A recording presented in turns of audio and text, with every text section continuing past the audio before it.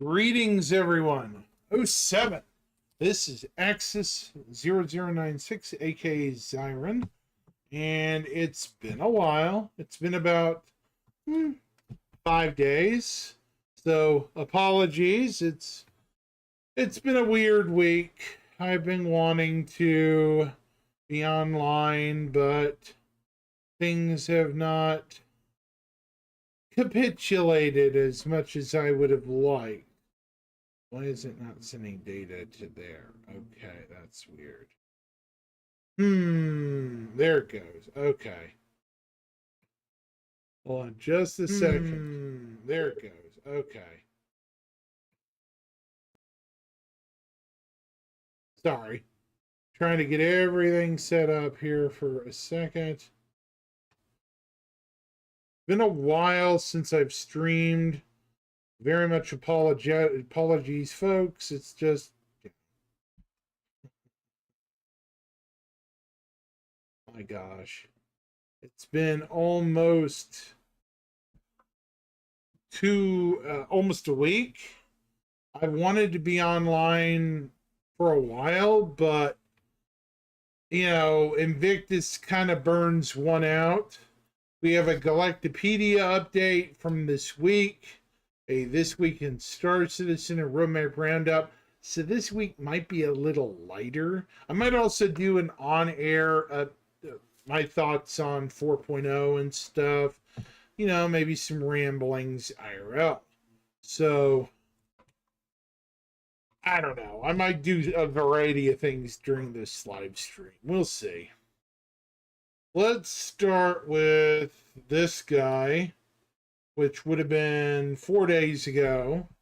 This Week in Star Citizen. It would have been the lore post for the Galactopedia, the roadmap roundup and update.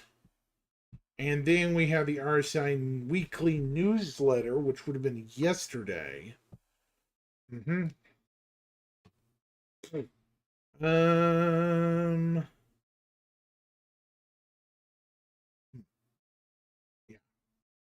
Anyways. So, what should I start first? Galactopedia, and I'm very sorry, somebody's mowing next door to my house, so fun times living in this part of the country. Yeah. So, here we go.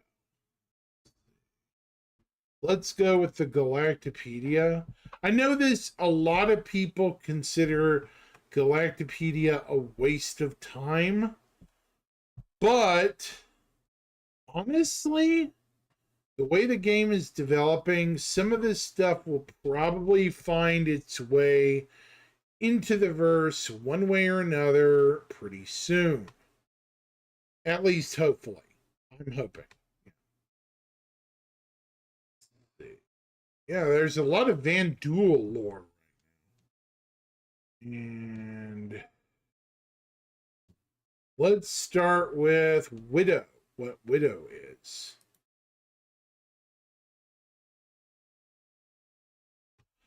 Widow, also known as White Dye-Wire Line, or WDW, is a Class A narcotic that is known for its distinctive black color that can stain the veins and create web-like patterns in the skin of intensive users. Ooh.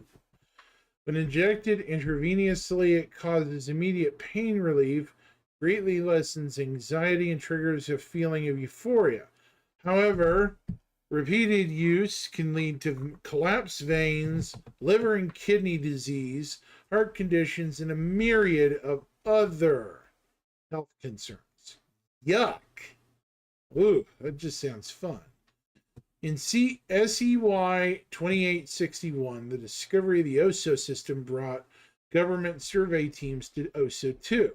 Before the detection of the Sovians made travel to OSO 2 forbidden under the Fair Chance Act, the teams collected a handful of unique native plant samples. One of these, named Night Spiral, for the multicolored swirls on its flowers struggled to adapt to conditions outside OSO2. Scientists crossbred the plant using grafting and genetic modification until they created a stable hybrid that produced seeds containing alkaloids.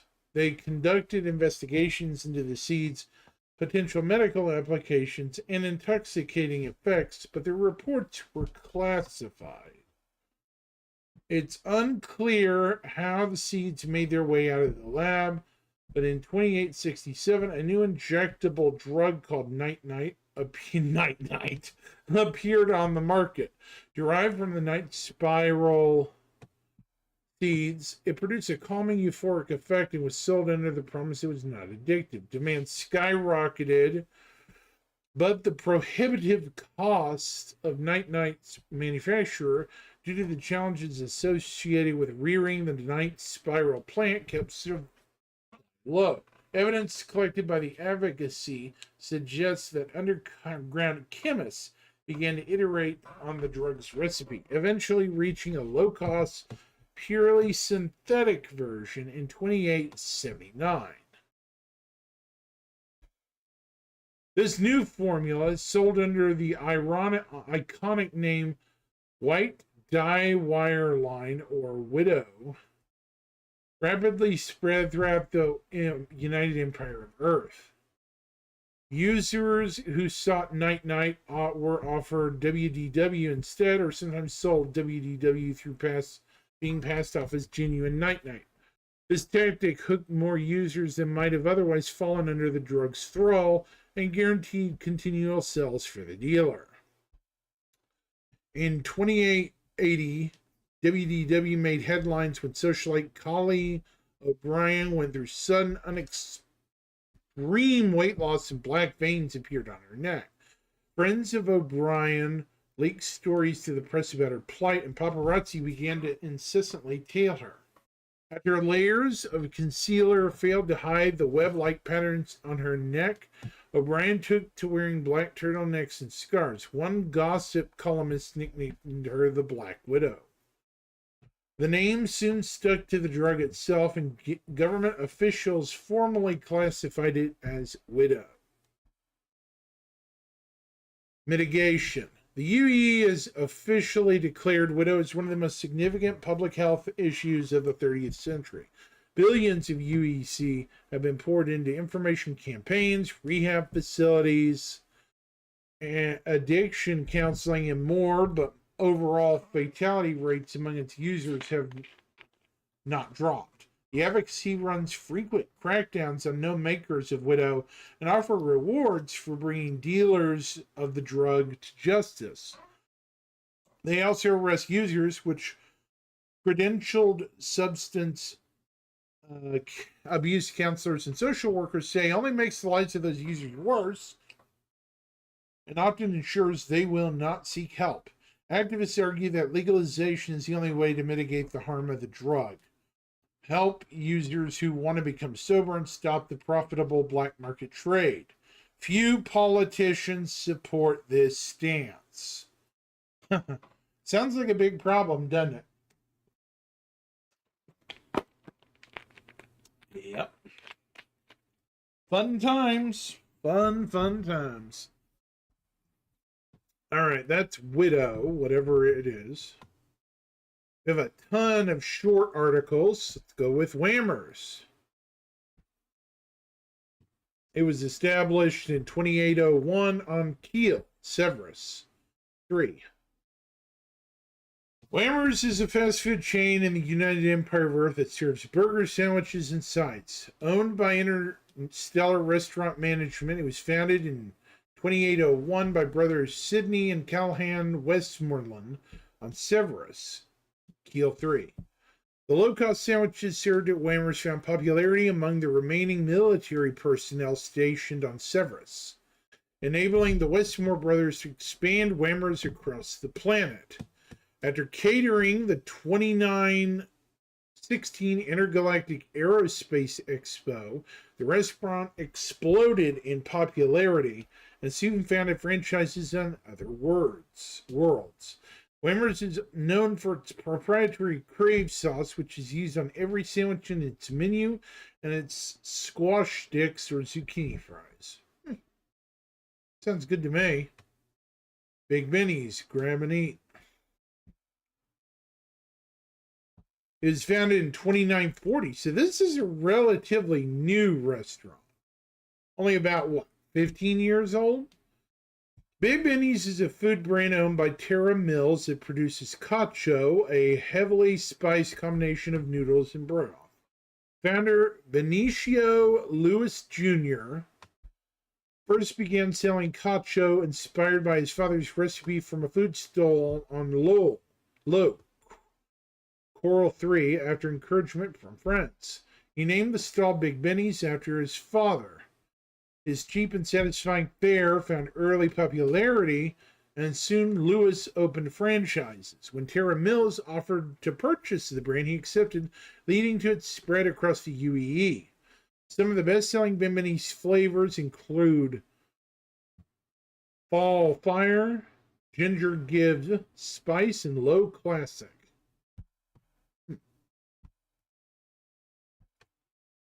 Driller. Now here's something important for you ship guys. The Driller Carrier. It's a capital ship. The Driller is the United Empire Earth naval military designation for type of troop and escort carrier operated by the Vandul. A capital ship, it has most often been observed accompanying large-sized Vandal clans during major raids. Declassified military reports indicate that drillers have multiple turrets and front-facing ship-to-ship guns that are capable of immense firepower. Environmental suits, also called exploration suits, are a type of body armor designed to withstand extreme environments, such as those with life-threatening heat and cold. Many are built with advanced sensors that automatically adjust internal conditions so the wearer's body temperature remains stable. To maintain this level of protection, they are fully sealed and must utilize their own oxygen supply. Advanced forms of these types of suits can be worn in corrosive atmospheres.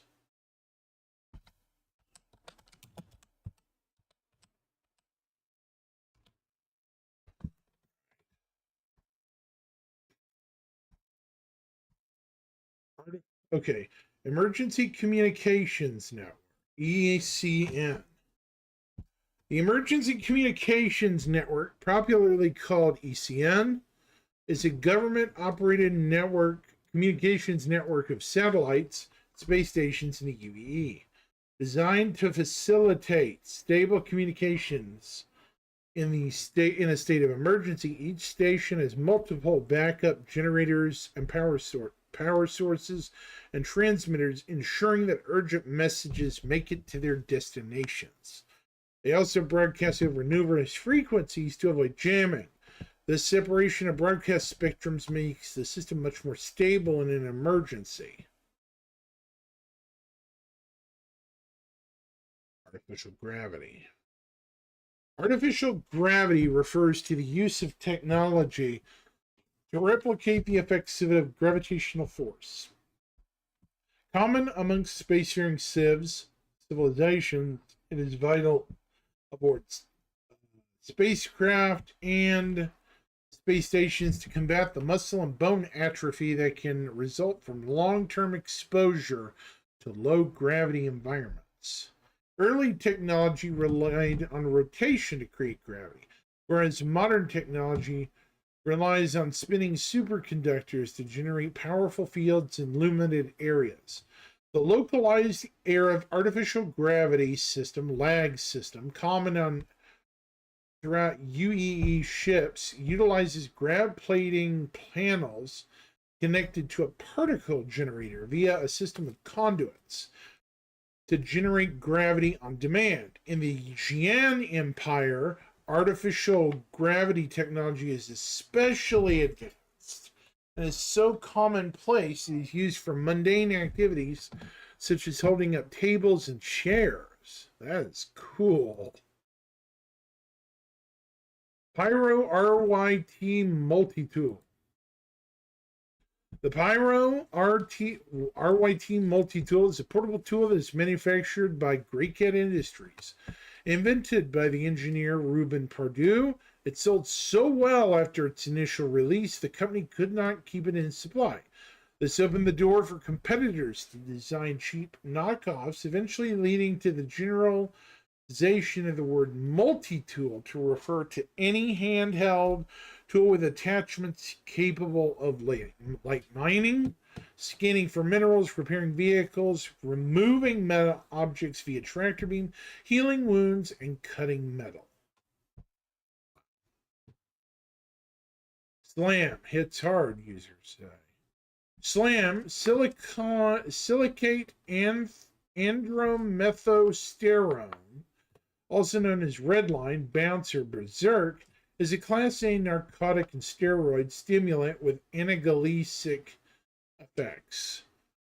More commonly available as an inhalant, it was originally only available in liquid form and was taken via intravenous, derived from andromethosterone, a medical grade steroid used to treat severe autoimmune conditions. It gained popularity as an enhancer for athletes.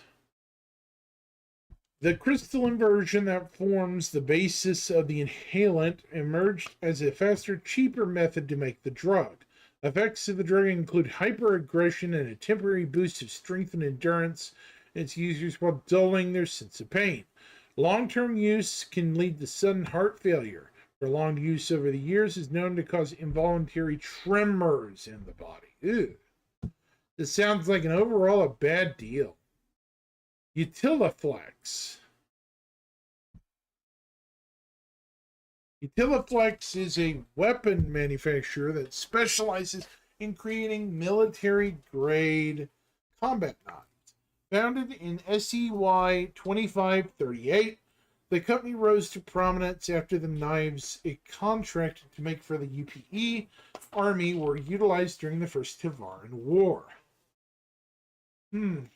Utiliflex retained its contract after the government reorged into the UEE in 2546. After 4 decades of exclusive work for the government, Utiliflex expanded its ops into the public sector.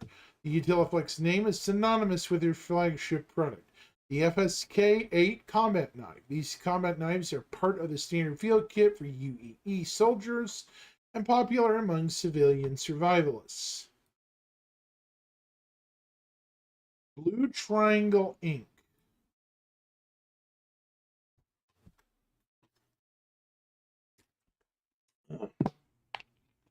Blue Triangle Inc. is a manufacturer of computers, crypto keys, radars, and analytic. Oh, shit.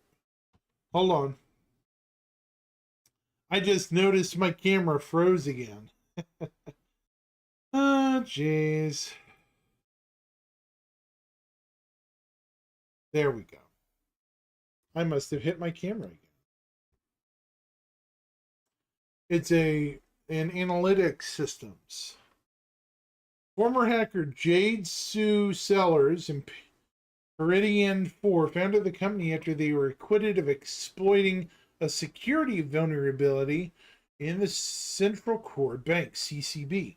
They were arrested by the advocacy after they brought the vulnerability to the bank's attention by sending them a demonstration on how it could be used to siphon funds from high balance accounts. Once cleared of all charges, they were awarded an undisclosed sum from the CCB, which they used to fund the company. Blue Triangle is known for hiring engineers and programmers who began their careers as black hat hackers. Very interesting. Biotic Corp Limited. Biotic Corp Limited is a medical research and technology company that manufactures diagnostic and surgical systems, medical scanners, and surgical robots. Hold up. There are robots in Star Citizen. Okay. Best known for the Calliope reconstruction device, the company was founded in SCY 2915 by Dr. Dio Nicholas and Dr. Ted Santos after their work identified a connection between the genetic gravitational compression that occurs during quantum travel and increased fatality rates for transporting patients on surgery. Their first product was a software suite for surgical robots designed to combat this problem. Quarterdeck, said to be the UE's most dangerous prison. Quarterdeck is a maximum security prison located on Kellogg 6 in the Fairchance Act protected Kellogg system. Built to withstand the planet's frigidly cold, low oxygen atmosphere, the penitentiary is under heavy guard and considered virtually inescapable. UE allows prisoners at Quarterdeck to work off their sentences in a nearby full-process antimatter refinery. This allows accusations of human rights abuse and nearly led to the shutdown of the prison in 2943. The proposal to close it was defeated by the Senate by a narrow margin. Jerks. Revere AR lens. Okay, these are in your eye. The Revere AR lens is a contact lens manufactured by Microtech. Designed to integrate with the MyWood-Glass 2.0 and all subsequent models, it is a thin lens made with a proprietary hypoallergenic material that is placed directly on the surface of a user's eye. When worn, it transmits real-time information from the MobiGlass directly to the user's field of vision. So this is basically like a smartwatch contact lens for your eye.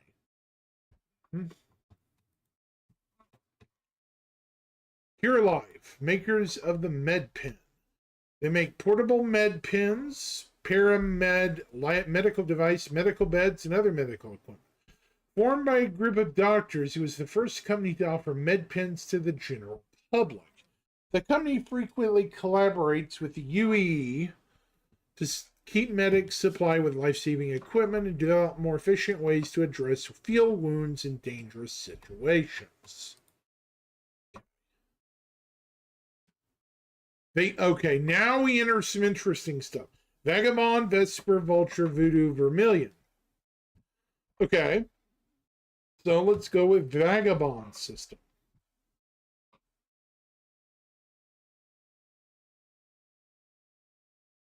Vagabond system, VS-07. The Vagabond system is a Vanduul controlled planetary system. Shares no publicly known jump points with any other system. Included in UE star charts as part of Vanduul territory, it has been confirmed it has at least one planet, but all other details are classified. In 2890 SEY, the name Vagabond inspired a popular song of the same name about the survivors of the fall of Caliban and their struggle to find a permanent home. So that's Vagabond. Vesper. Vesper is a Vanduul controlled jump point system with no publicly known jump points with any other system. Very little is known about this system. In SEY 2919, the University of Reading released a paper describing signals in a strange language they were unable to decode. They tentatively concluded that the communications originated from Vesper, but stated that further research was needed to prove or disprove this hypothesis. So what's going on in here? Who knows?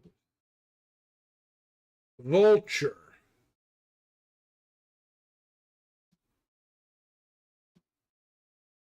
The Vulture system is also a classified system, and it shares a jump point with the Orion system. In 2712, on February 6, thousands of Vanduul ships erupted from the previously unknown jump point and initiated the Battle of Orion. After 2 days of fighting, the UE was forced to retreat and secede Orion to Vanduul. It is included as part of Vanduul territory, but all other details on it are classified. Ridiculous. Voodoo. The Voodoo system is controlled by the Vanduul, yada yada. It's included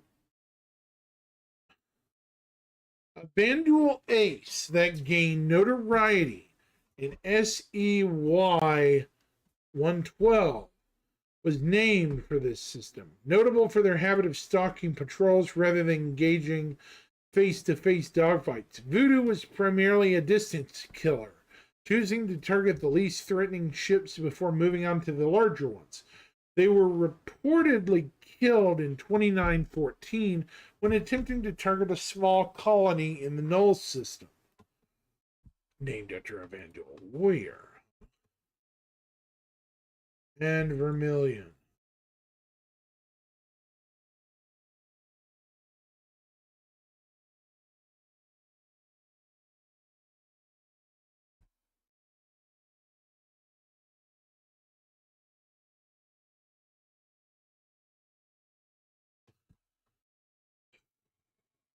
As a triggerfish prank on SEY 2924, an anonymous jokester took out an ad in Mars Today advertising fresh sweet Vermilion apples created by the Vanduul of the Vermilion system and hand delivered right to your door. This led to a fury of inquiries and stirred up fervor on Spectrum. The UE had to issue a statement that the public that the Vermilion apples had originated on Sol 3. Oh my god, Earth. Wow. People absolutely flip their lid. That's kind of sad and funny. Yeah. I mean, I get it, but it is kind of funny.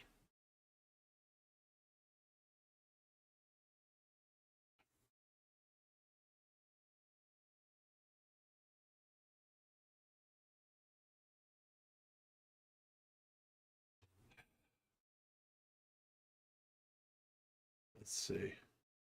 Now for the roadmap roundup, which they added the ships that were added this year. The MPUV Tractor, the Medevac, and the Firebird Saber. Now we have the item bank, freight elevators, new mission cargo hauling, and persistent instance hangars. So before we leave this, we're going to look at the roadmap. See what exactly has been.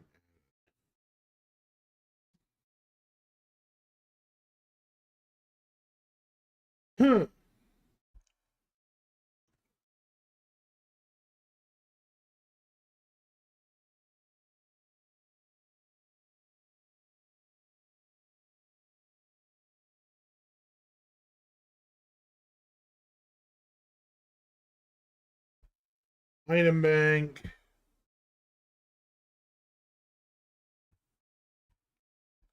Instance hangars. Okay. So this is going to be one of the largest patches we've had in a long time. Ships, a lot of them.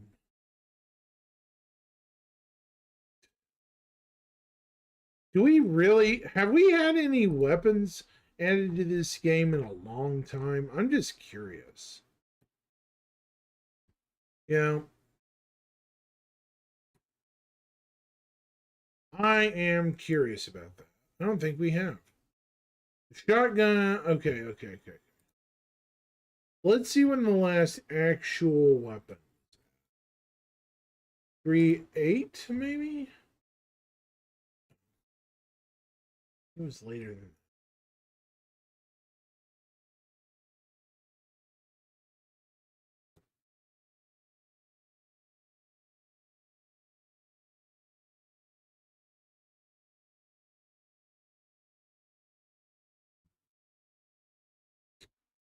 Hmm. Weapons. Yeah. Okay. The last weapon we had. Well, yeah.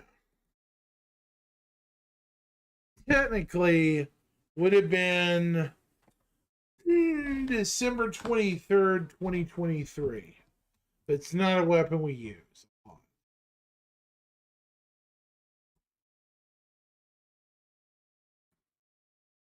We have not had actual weapons in a long time. The last actual gun type weapon were the AO9 was the AO3 and the FS9. Those were added in December of 2020.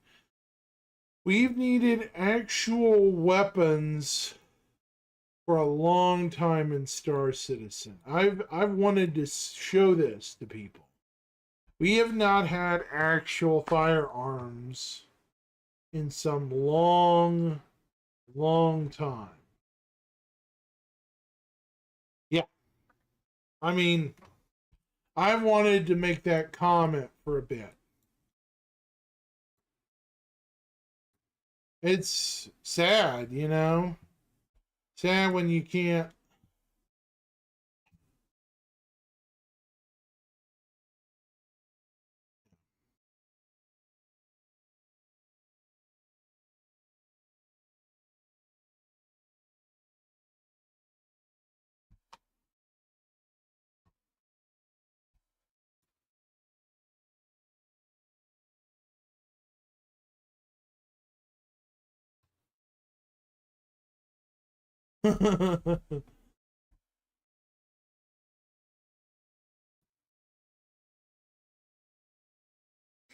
Hmm.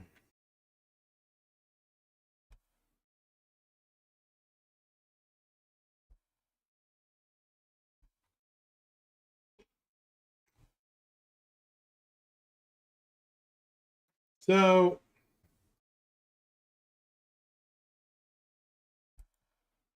I don't think they have any actual firearms planned anytime soon for Star Citizen. I really don't.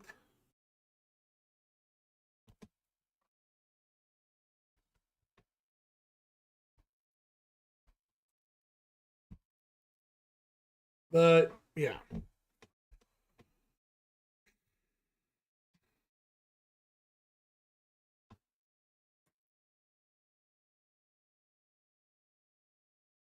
I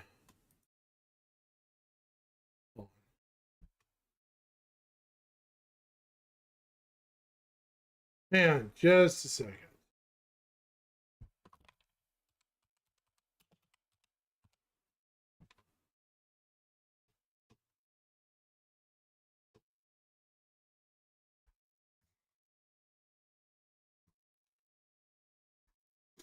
Hmm.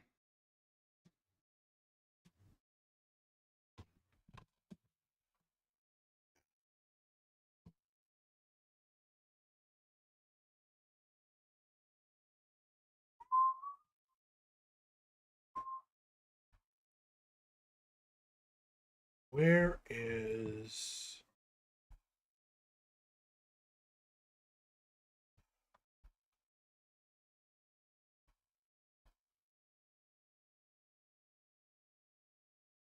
darn it?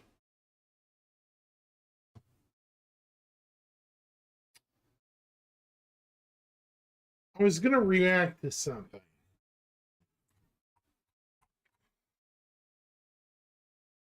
I know it's kind of cliche, but yeah.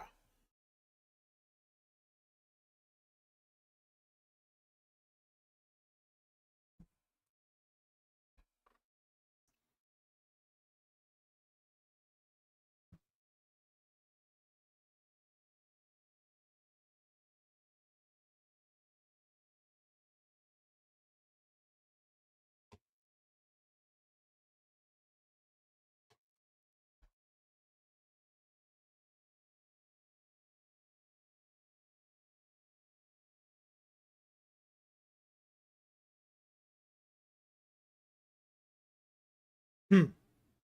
I forgot what I was gonna look up. Sorry, chat. Oh, that's right. Yeah.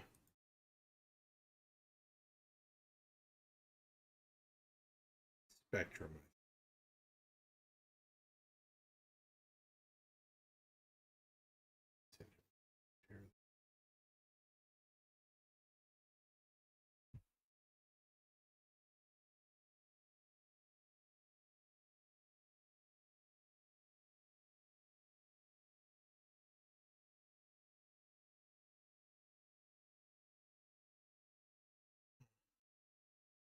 Hey, where's our work?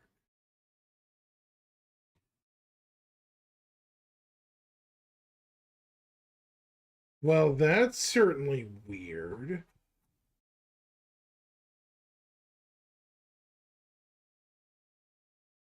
There we are.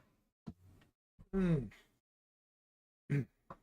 If anyone out there is looking for a decent org or friendly one to join, this is a group I'm part of, and they're a bunch of friends. So come hang out with these guys.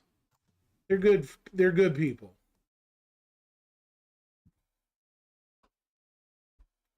for most part. Let's see what's going on in Bar Citizen today. Probably nothing new. Hmm.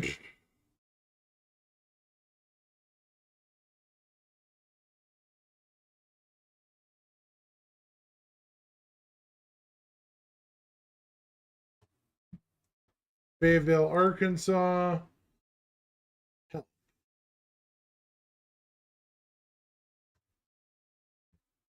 Dude, you're in the wrong location.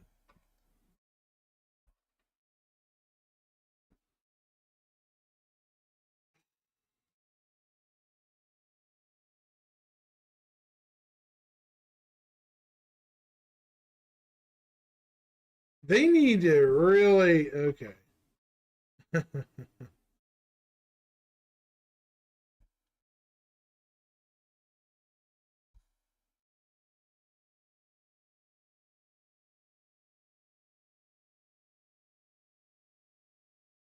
Bunch of upcoming Bar Citizens. Sorry, I'm just. Yeah. My most recent one was this one. It was good fun, too.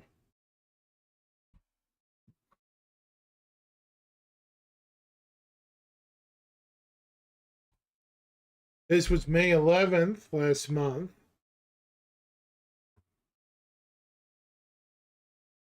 Good fun. Yeah. For what it was.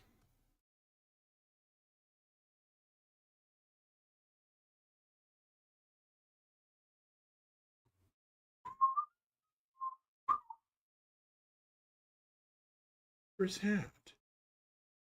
Hat? I don't see them. Odd. They're not online today. Hmm.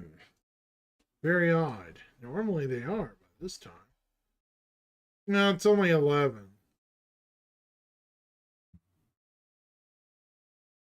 Either way, yeah.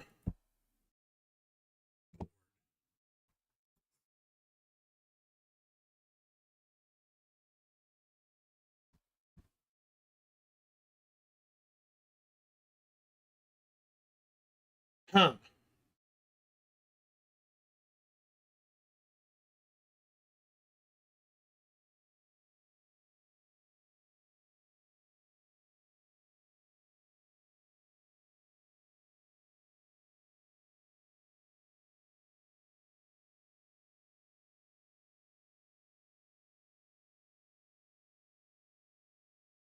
Shoot.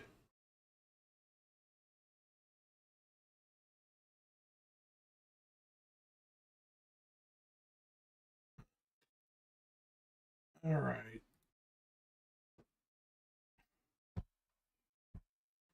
Well, I have a couple of theories that's coming up for what might happen with Star Citizen. I mean, in the future, I'm really hoping this year is the year of change, you know, the year of we're finally getting our act together. It's starting to look like it. Really, it is. If you just look at the good old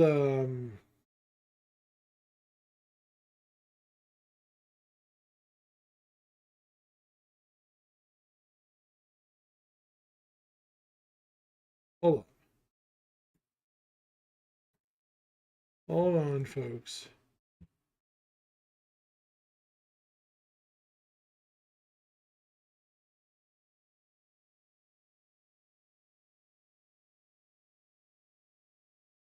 What's going on?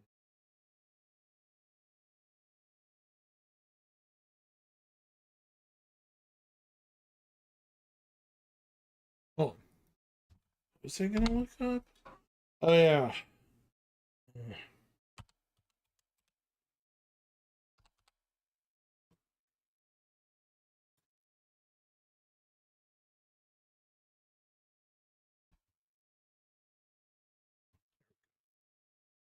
So if you look at the roadmap, this is one of the largest roadmaps we've had.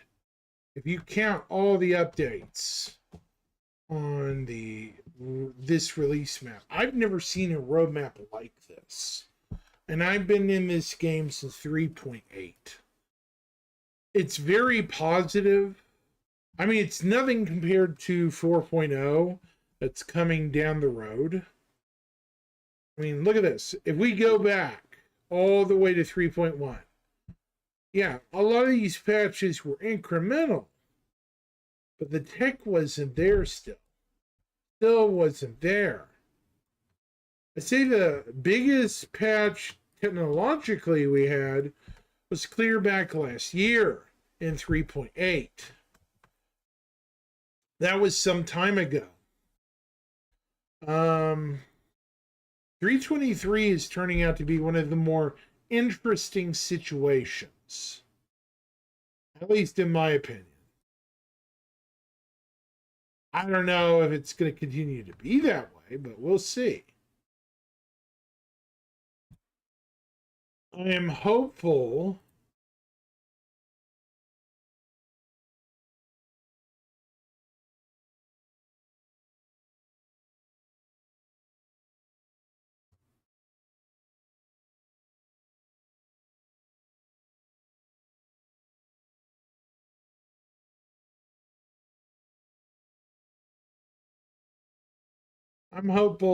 hopeful things continue to progress.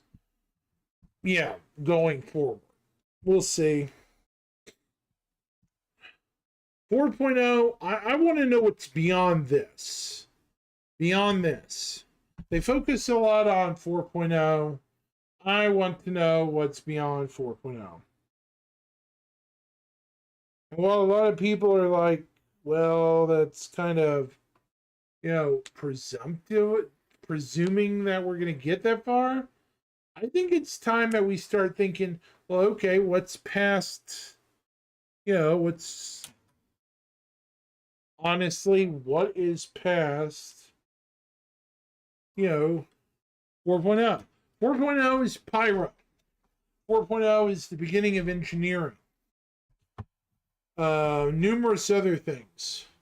We have additional character customization. We have the locations in Pyro, jump points, colonial outposts, the moons of Pyro.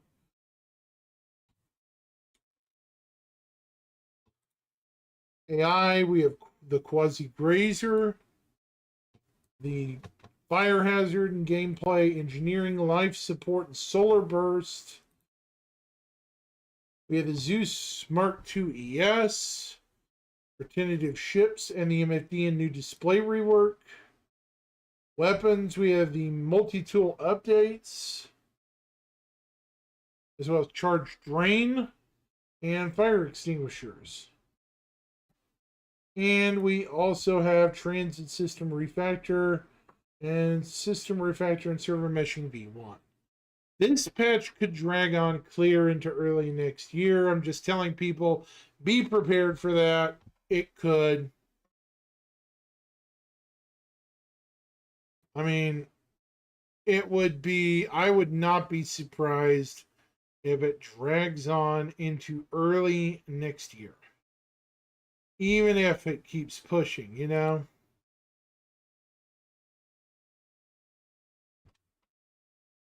Maybe I'm being cynical or whatever, but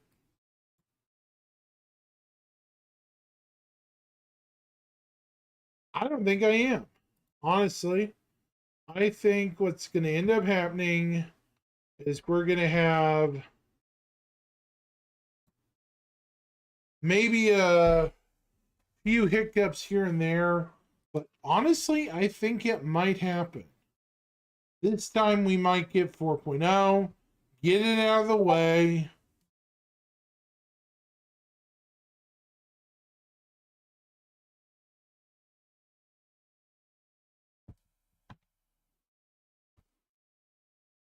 Oh,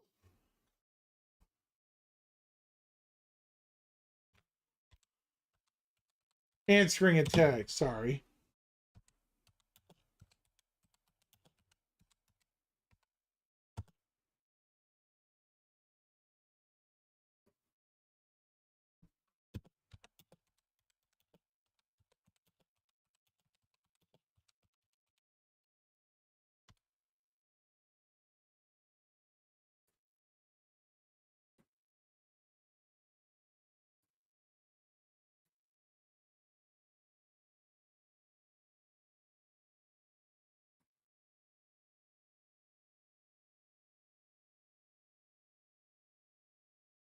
Yeah.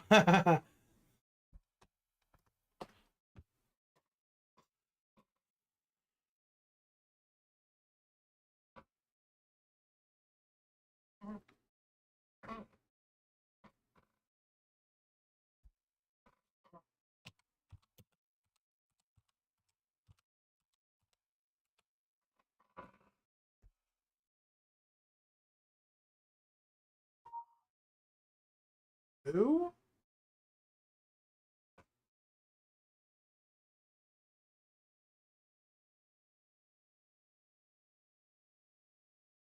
No, they don't.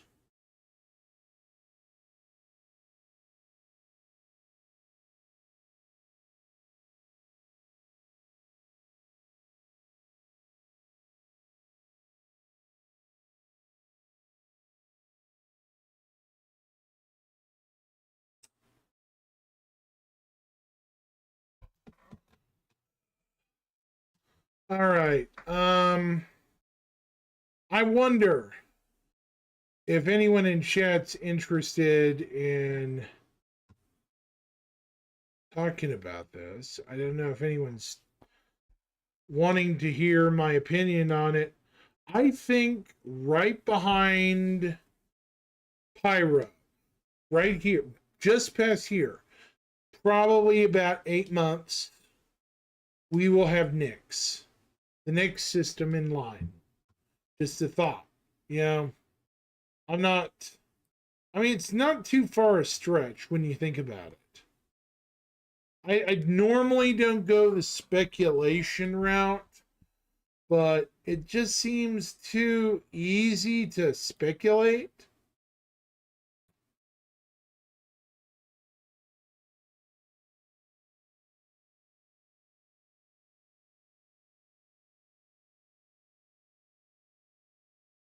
It kind of does. It just kind of seems super easy to speculate.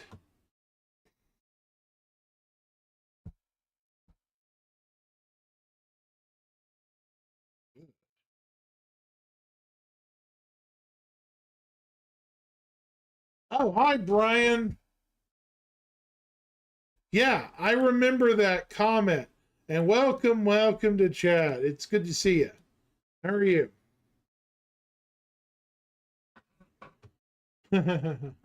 You're actually my sole person to talk to today.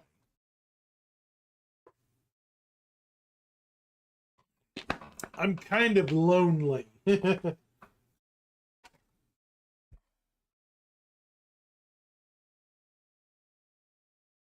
Yeah.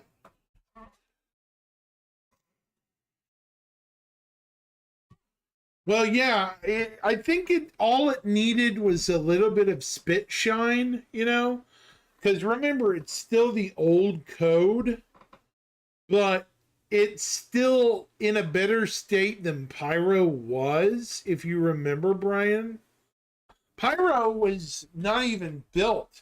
Nyx had a full landing zone done, right? You get what I'm saying? It's totally different. Nyx has a landing zone. Pyro does not.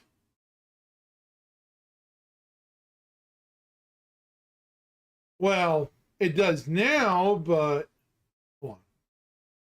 If you look at the map, Nyx only has 3 planets. One current space station. But we can take an educated guess how many space stations it will have. If each planet has 2 Lagrange stations, okay? So 2, 4, maybe 6, 8. Nah, it's uninhabited. I don't know. What do you think, Brian? Delamar might have the 2 Lagrange, you know, here to traverse the system. Remember, it's an active shipping lane, though, right?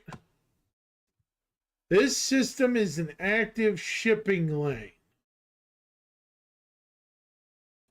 I would say Delamar would be the most likely one to have a high orbit station and Lagrange stations L1 and L2.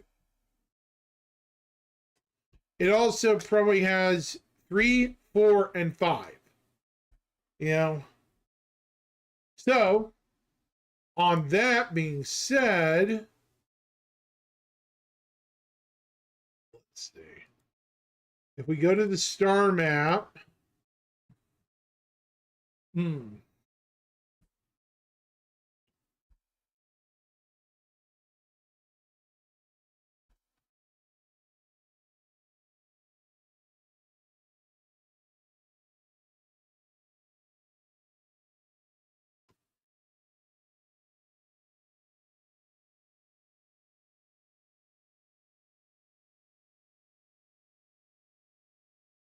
with all the jump points in this system, I can definitely see. I think they're going to do what they did with Pyro. They're going to have Lagrange stations, probably not as many as Stanton, Brian. I would say the most likely place for L1 and L2 Lagrange will probably be Delamar down here.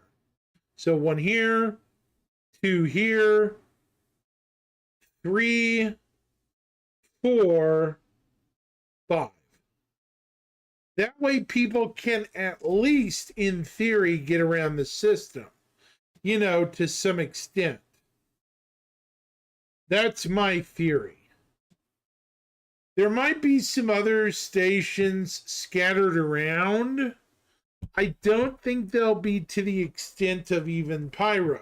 This is a much more remote system. But look at all the jump points. You have 1, 2, 3, 4, 5. The strangest one is this one, Virgil. This is a Vanduul system. If this comes into the game soon, the duel will be short behind it, or at least their ships, you know, raiders, probably parked somewhere near the jump point. It might not be very safe to enter Nyx. You know what I mean?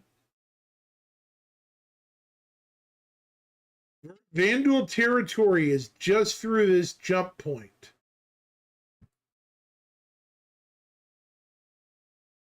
Heger Belt.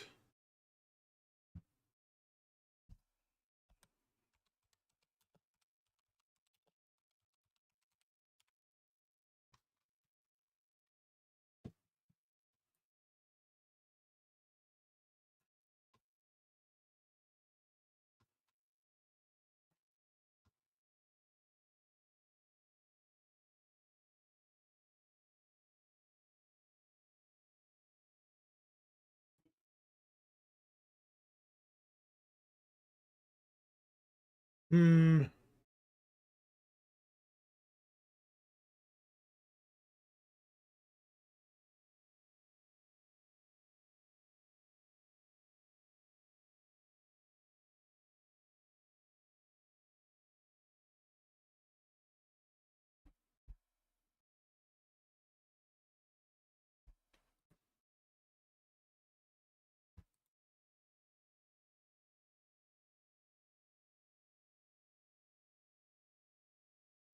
Hmm.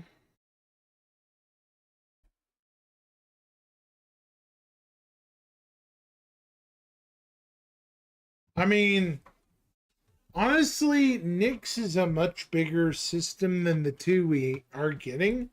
Nix is almost 12 AUs across. 12.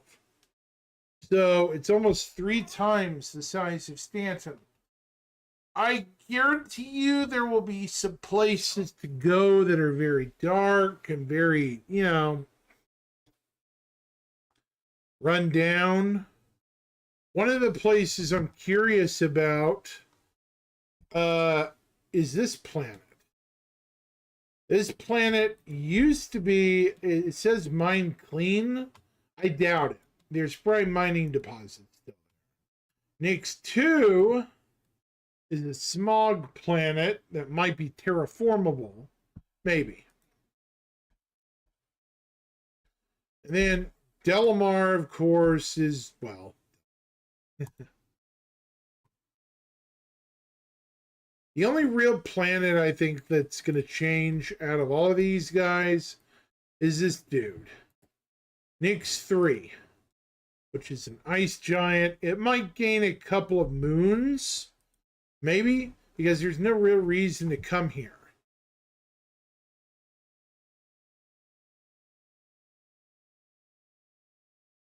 Apart from that, I don't know, man.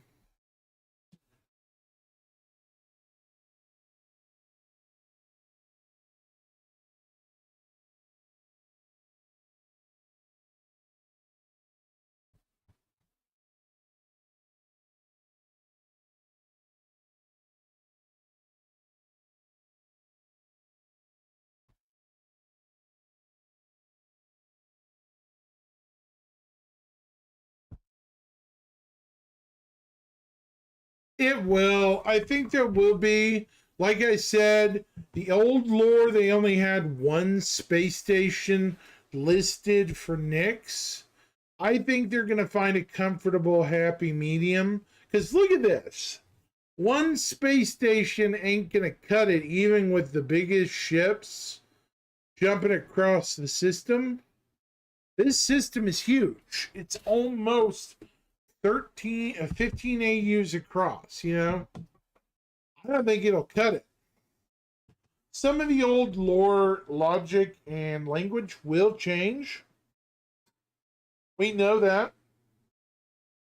Definitely.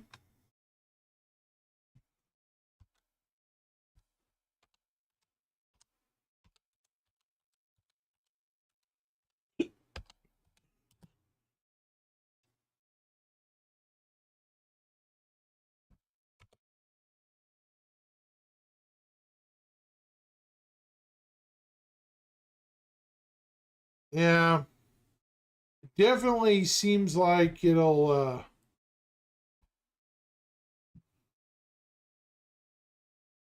be one of those things we're gonna have to keep an eye on.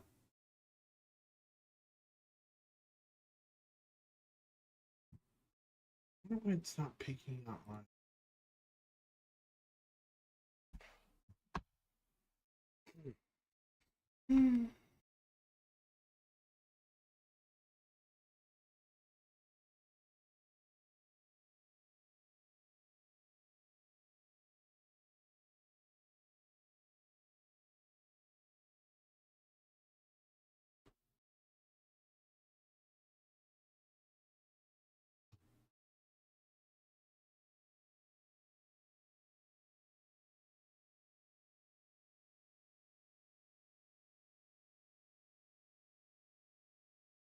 Oops. What happened?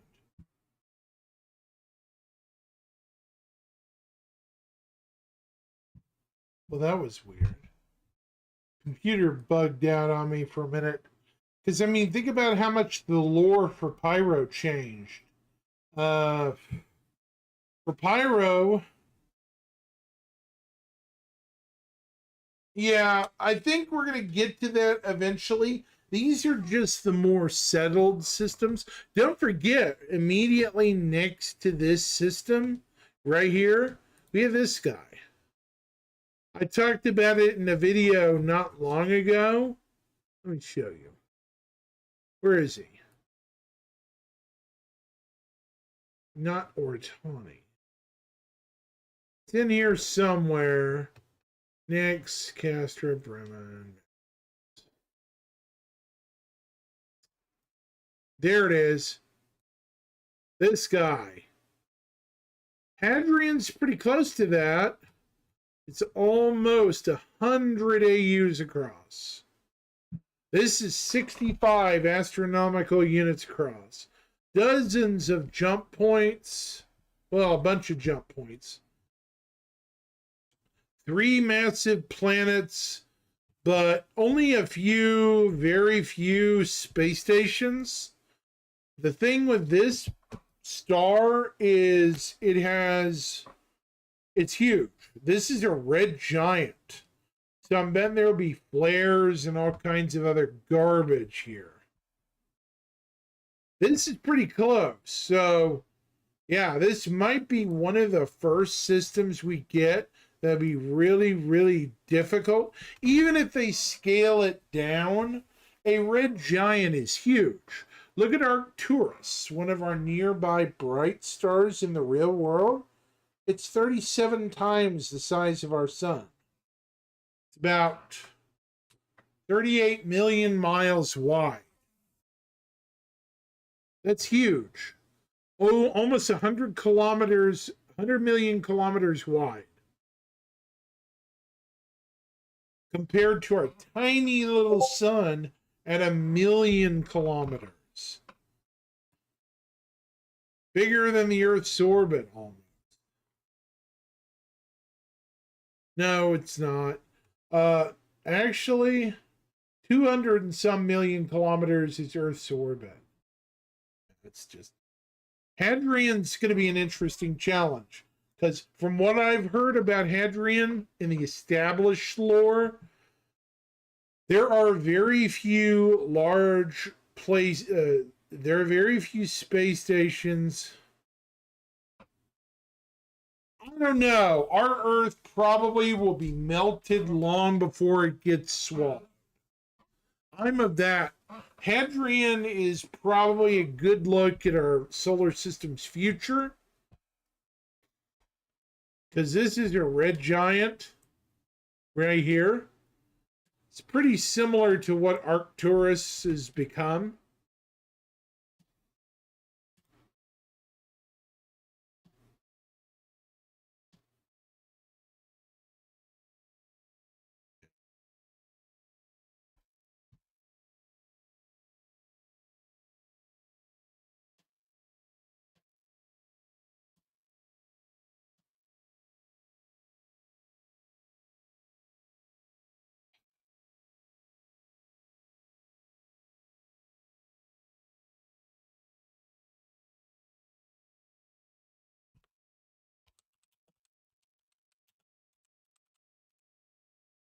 There are conflicting reports on what will happen with the Earth when it gets older. Some people say it may not even make it to red giant phase. When the sun starts to go that way, some people will have said Mercury may lose its orbital stuff and may smack into one of the other planets, like Earth and Venus, and destabilize the entire inner solar system. It'll happen in millions and millions of years. It's not anytime soon. But it is a fairly significant chance. Just not anytime soon, because Mercury's orbit is still fairly stable. That being said, the only real downside of a system like Hadrian is there's nowhere to land. I could see them adding a couple of moons to the planets here. Why? They're all gas giants. Gas giants in our solar system and even elsewhere probably have a high likelihood of at least small moons. And being that this is a border system with the Xi'an, I could see bases and such set up on these moons around each planet as like strategic things like listening posts, and you get what I'm saying. Things that wouldn't technically dance around the lore, they would actually complement the lore. If you get what I'm saying. They would actually complement the lore pretty good, actually.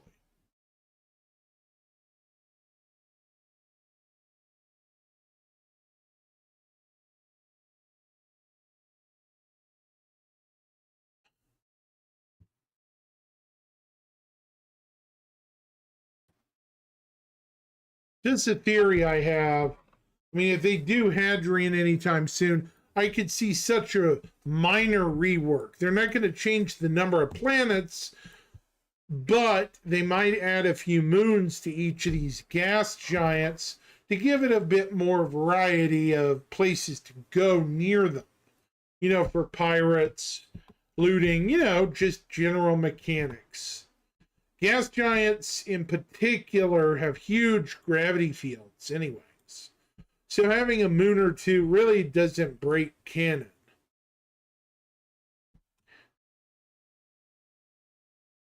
The largest system that we probably have that's close to what you're thinking about, Brian, is probably, I don't know. It wouldn't be Kabul. It wouldn't be Centauri.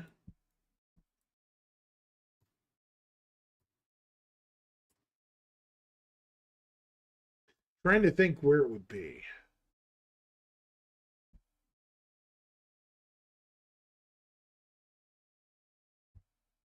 Yeah.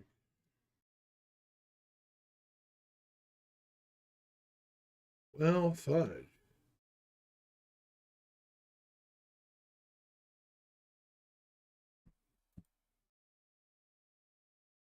Huh. I know I'm thinking of a system. It's really big. It's near Banshee. Tamsa, this guy. A black hole. A spatial distortion. Look at this. A system with two planets around a freaking black hole.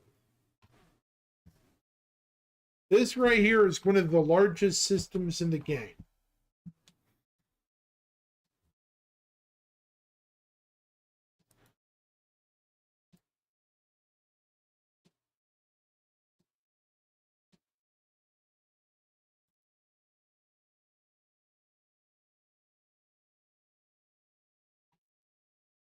So it only has two planets here.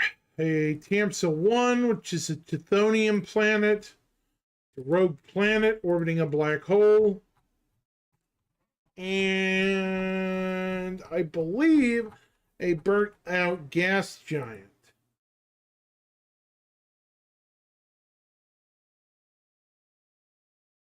This system is somewhere near 400 astronomical units across. Don't ask me how. This system is just massive. It's huge. Huge, huge, huge.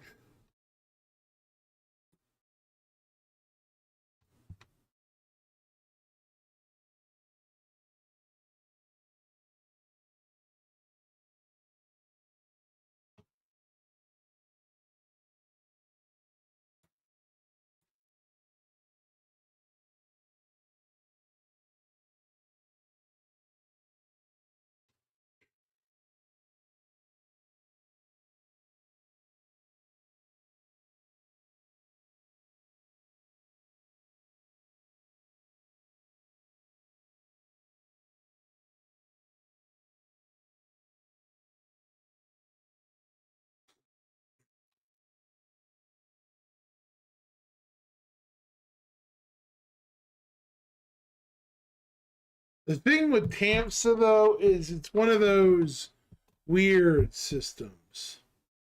Yeah.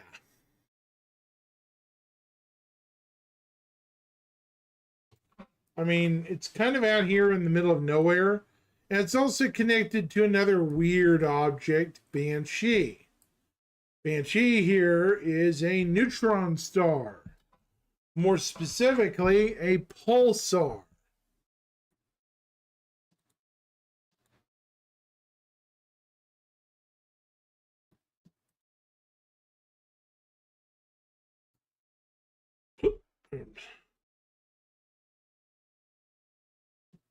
Oh, no.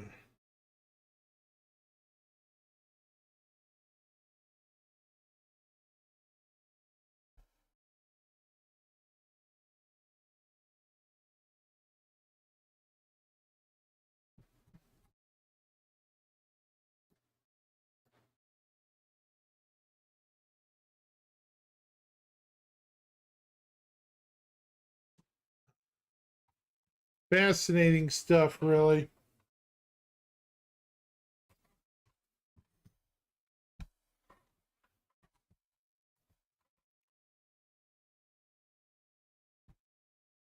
What's it say? A Drake?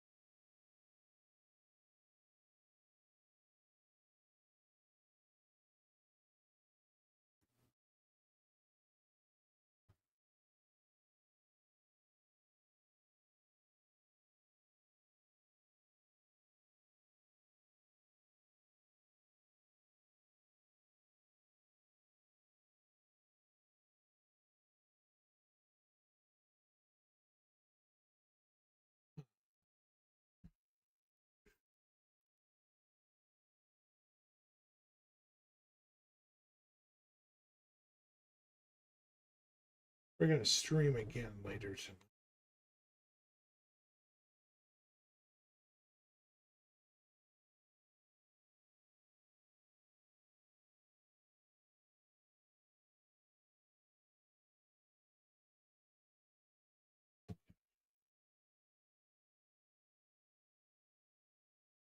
Come on. Okay. Either way, I don't know what's going to happen with Pyro and Nyx and all that. I'm hopeful they come out when they do this year, but we'll see. I more or less doing this as a catch 'em up for this week.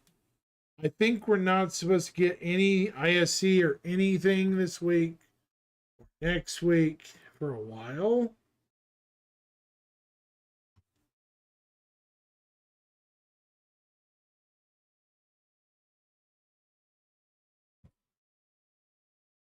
I think it's supposed to be next week sometime when we get ISC back.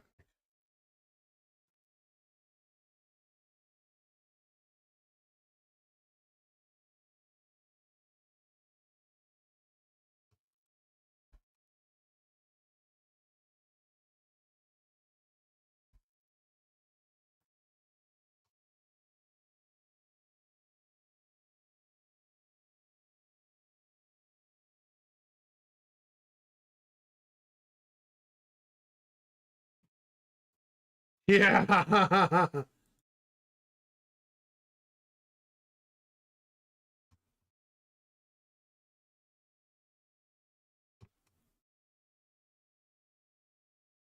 Oh, before I forget, um,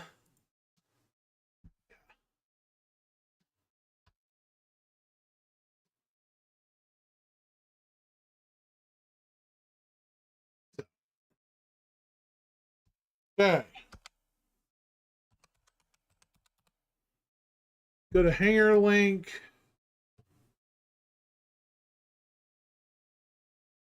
Star Jump. Let's go. I want to show everyone my entire fleet, just so people understand how committed I am. Huh? Interesting. It doesn't look like it's reading my ironclad. That's weird. Okay, retrieval data. Yeah, it's being a butt. Of course it is.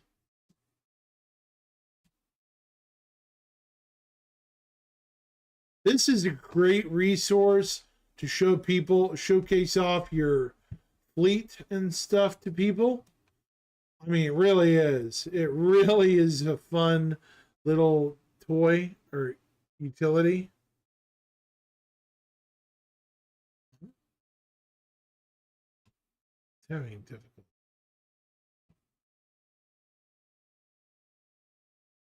See if that did it. No? Interesting. Retrieve all of Zyron's data. Maybe I'm doing something wrong. I could have swore they had a model for this already. Could be wrong.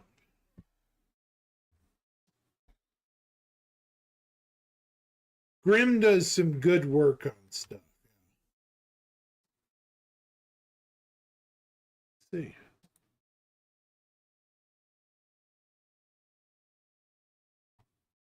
And nope. They don't have it. Well, they don't have it available yet. Bummer. That sucks.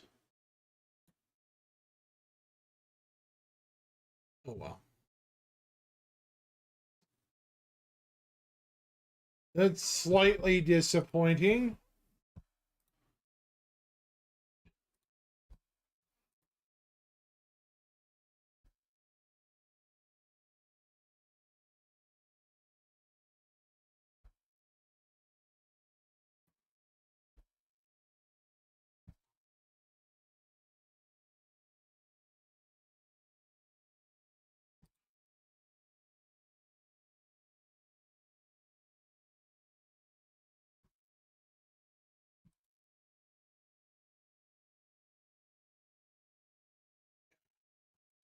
Anyways.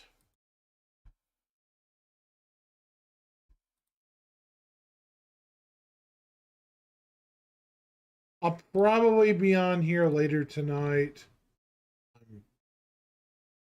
I haven't ate anything today. Yeah. Go figure me. Yay, me. I haven't ate anything. Great job. Let's raid a friend. Space Tomato if we can. He's good, pal. He's actually the one that helped me get to being an affiliate. I'd appreciate if you guys rated him too. Have a good day, everyone. 07.